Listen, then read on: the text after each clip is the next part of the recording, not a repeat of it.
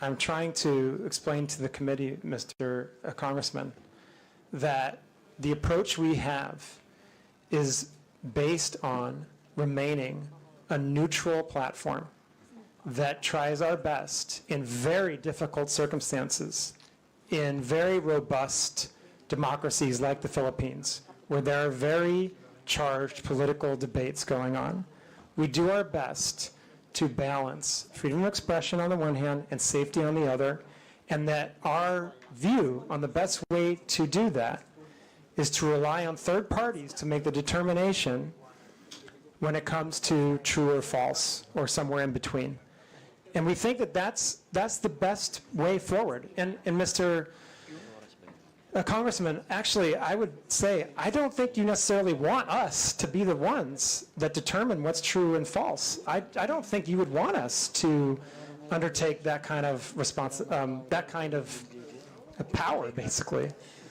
I think that, this is, in a democratic system, this is kind of the best balance we can possibly strike when it comes to how to moderate these types of issues on our platforms in the type of context that we have in the lead up to an election, for an example.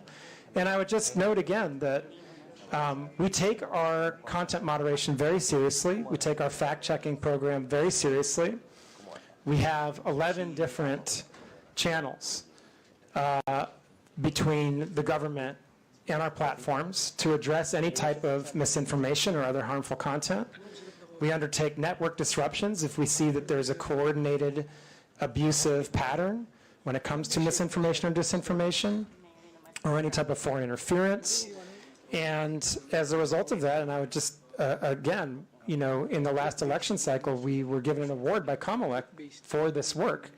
And so I just have to continue to lean on that posture and on that approach as the best way that we can support the community that we have here in the Philippines. Thank you. But as we have discussed earlier, that there are systems and controls in place to remove posts that violate community guidelines. So we can both agree that some posts do not belong on the platform. Yes, we can absolutely agree. We can absolutely agree on that, yes. You can agree with that already? That there are some posts that don't belong to the platform? Yes, absolutely. And as the platform itself, you would take action to remove these posts? Yes, sir, that's correct. And if they violate our therefore, community standards, we would remove them. yes, thank you. And therefore, it's fair to say that the platform has a duty to prevent the spread of such posts because they can cause harm. Would that also be correct? Mr. Congressman, we have a duty to act on content that violates our community standards, and in some cases, specifically if it violates local law. No, Doctor, my point is that you have a duty to prevent the spread of such posts because they can cause harm. That's the gist of my question. We have a duty to remove posts that we're aware of that violate our community standards, yes. Thank you, Doctor. Now, could I say that you recognize that Meta bears some responsibility for what is shared and posted on Facebook or Instagram? Mr. Chairman, if I may. Sir, every individual user bears the ultimate responsibility for what he or she posts on our platforms. I think that it's important to underline that That's point. a given. That's a given, okay. Now, Right. what I'm asking is whether Meta bears some responsibility for what is shared and posted on Facebook and Instagram. That's my question. Yeah, so what I would say is we absolutely... Do you? Yeah, sir, if I may. We very much believe that we have a responsibility to provide a safe platform for our users around the world, including in Philippines. That's your obligation. But my question is, would you bear some responsibility for what is shared and posted in your platforms? Yes or no? It's a very simple question. Sir, we I just want to be really clear about this again, okay? Our responsibility is to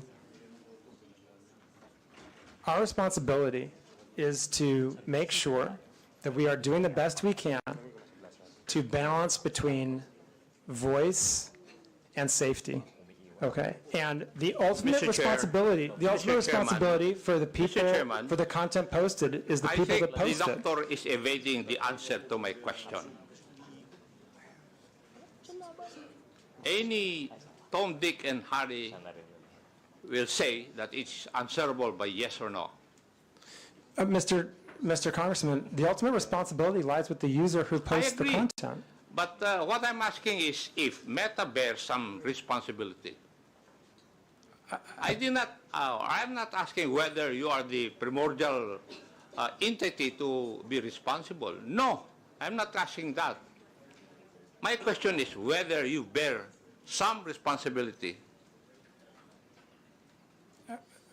Mr. Congressman, if I may, I believe I've answered the question that I think the user bears the responsibility for what they post on our platform.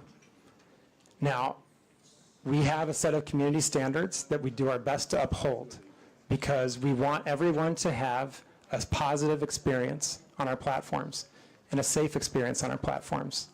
And that's what our community standards are for. That's what our fact-checking programs are for.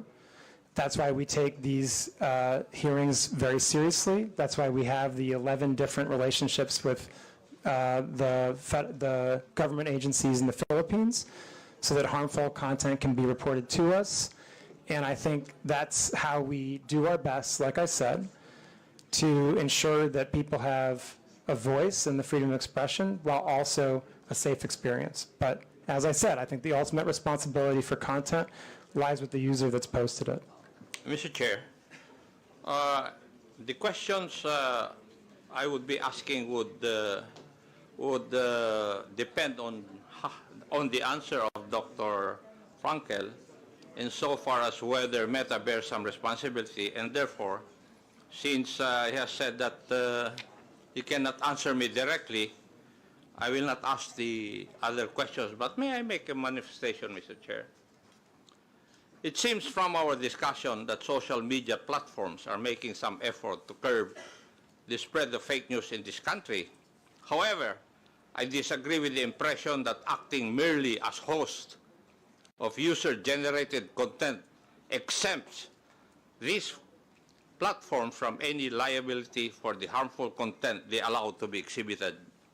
As part of our legislative duties, I think it may be time to revisit the current legal framework regarding these social media platforms, if only to incentivize them to further crack down on these types of illegal posts. Now, may I go to another issue, Mr. Chair? Yes, Mr. Chair. Regarding monetization.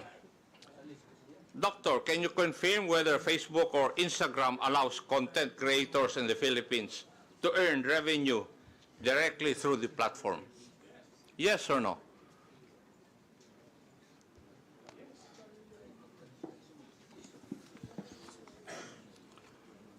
Congressman, I believe the answer is yes, but I want to make sure to check on that. I believe we have content creators that can monetize on our platform in the Philippines, yes. Thank you.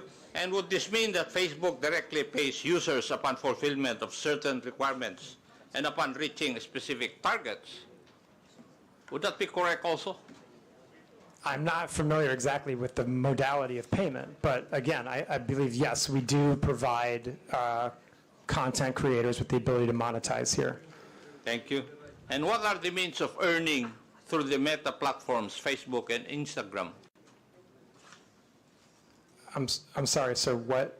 What are the means of earning through the Meta platforms, Facebook and Instagram? There's different ways. You can monetize your content using something we call stars. There's ways that we can have partnerships. I think there's 2 or 3 different ways that creators can monetize. Thank you. And are there specific content guidelines that monetized accounts must follow? And Yes, if so, absolutely. how are these enforced in our country or in the Philippines? Yes. Yes. Yes. So there are content guidelines. Creators, like anyone else, must abide by our community standards. Now, is there a process also for demonetizing content that is later found to be false, misleading, harmful, or otherwise violative of the community guidelines? Any user that is monetizing on our platform can be demonetized if they have repeated violations of our community standards, including repeated violations of misinformation. Yeah. No. Can you describe to this committee the revenue sharing model? How much of the ad revenue goes to Facebook, and how much goes to the content creator? Sir, I honestly don't know the answer to that. I'm happy to provide that if we can take that under a question to come back to the committee. And who would be the proper authority from your group to answer that question? We can come back to you on that. There's a few questions I think that we're going to put together as part of a follow-up to this, and we can happily add that as one of them. Thank you. Now, my last question. How does Facebook ensure that creators don't exploit the algorithm by posting inflammatory or misleading content just to gain more views and earnings? Mr. Chairman, again, if I may, as you pointed out, sir, we have policies that will demonetize pages if they engage in repeated violations of our community standards, or if they engage in repeated instances of misinformation. For curiosity's sake, can you provide data if available on how much content creators in the Philippines have earned through Facebook's monetization programs over the past years? Mr. Chairman, I'm sorry, I do not have that data. And who would have that? Again, we can take that question under advisement and see if we can come back with something, but that may also be subject to privacy, and so I would have to see what the exact question is and see if we can come back to you on that. Thank you. Thank you, Mr. Chair.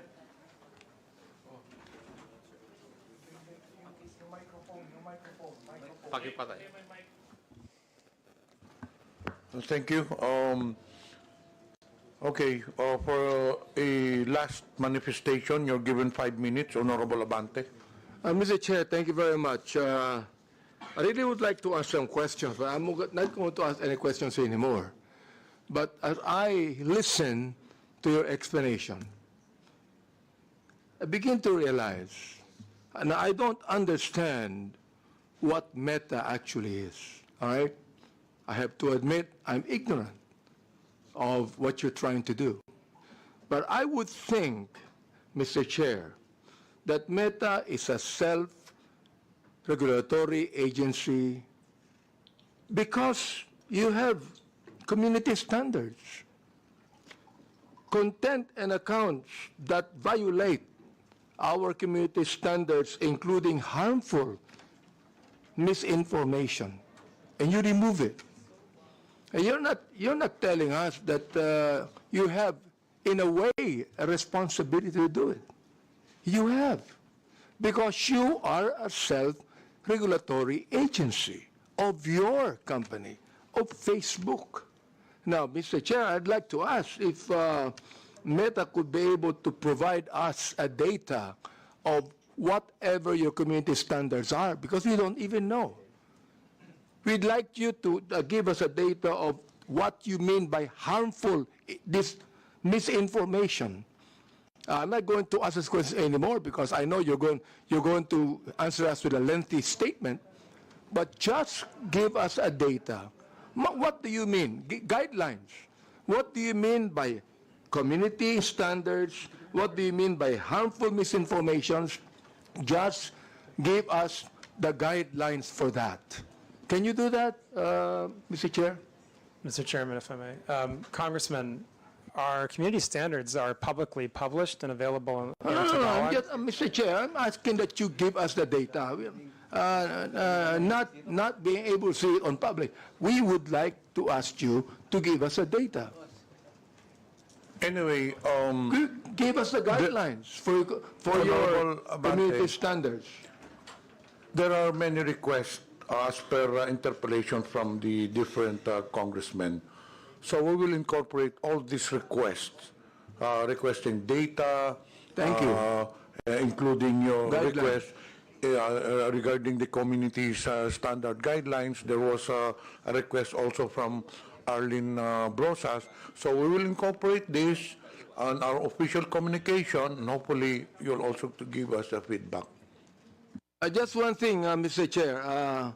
Comparing the Philippines to different countries, do we have more misinformation here and violation of community standards? Do we have more of that than any country in the world? Do we have more? Mr. Chairman, if I may. Congressman, I think that I would have to go back and look at the statistics, but we publish our transparency report on community standards enforcement every 6 months.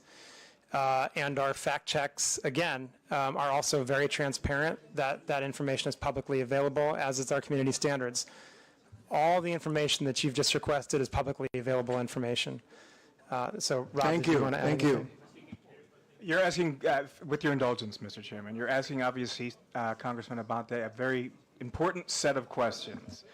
The first thing I would say is just to reiterate, our community standards are readily available online. Number two, they're iterative. So in our consultations with your government and many others, they're revised with a lot of regularity. A lot of what we do is self-regulation, to be fair. But here in the Philippines, sir, if I may, we not only consulted with, we agreed to lots of legislation that has placed on us turnaround time burdens when it comes to certain types of harmful content, data disclosure burdens, not burdens, but obligations that we've agreed to, and we're beating turnaround times. We are largely compliant with data requests. I would hope, and I wouldn't dare speak for the law enforcement community here, but I would hope that they would agree that we are amongst, if not the most forward-leaning when it comes to protecting our Filipino community of users. And I absolutely think I understand that we're in the middle of an election cycle. Things are heated here at the moment, but that does not distract me or my team from our constant, everyday work in battling off-platform harm for our users. And not everything we do is self-regulating. We do a lot to follow local law. And reasonable people like myself in your good office, we're going to have disagreements along the way. I think the point is to keep these dialogues open. So with that, I do want to genuinely thank Congress for allowing us to be here today. Maraming salamat po. Thank you for that. Yeah, I would just emphasize, Mr. Chairman, we heard a lot of questions today, and very good questions, very fair questions. I hope that the answers we provided in the presentation were educational, informational, and I hope that we demonstrated, as Rob just pointed out, the very strong collaboration we've had with many different parts of the government, different administrations, Congress, on developing regulation and laws, implementing them, living up to our legal obligations here in Philippines, and again, being a platform that is a positive social net good for Philippines, because it helps people build their businesses. It helps the economy grow. It helps people connect to their loved ones for free. It helps people learn about the world and gain new skills. And of course, with the election coming, we're absolutely determined to protect the integrity of the election on our platforms. And I hope that we can have more of these conversations. Congressman, we're very happy to sit down and collaborate on additional regulation if you feel it's necessary. There's a number of different examples of how we've worked with Congress over the years. Most recently, for example, on the Internet Transactions Act. There's also the digital VAT. I mean, these are just two very recent examples of collaborations we've had on law and regulation here in the Philippines with Congress and with the administration, and absolutely happy to continue that.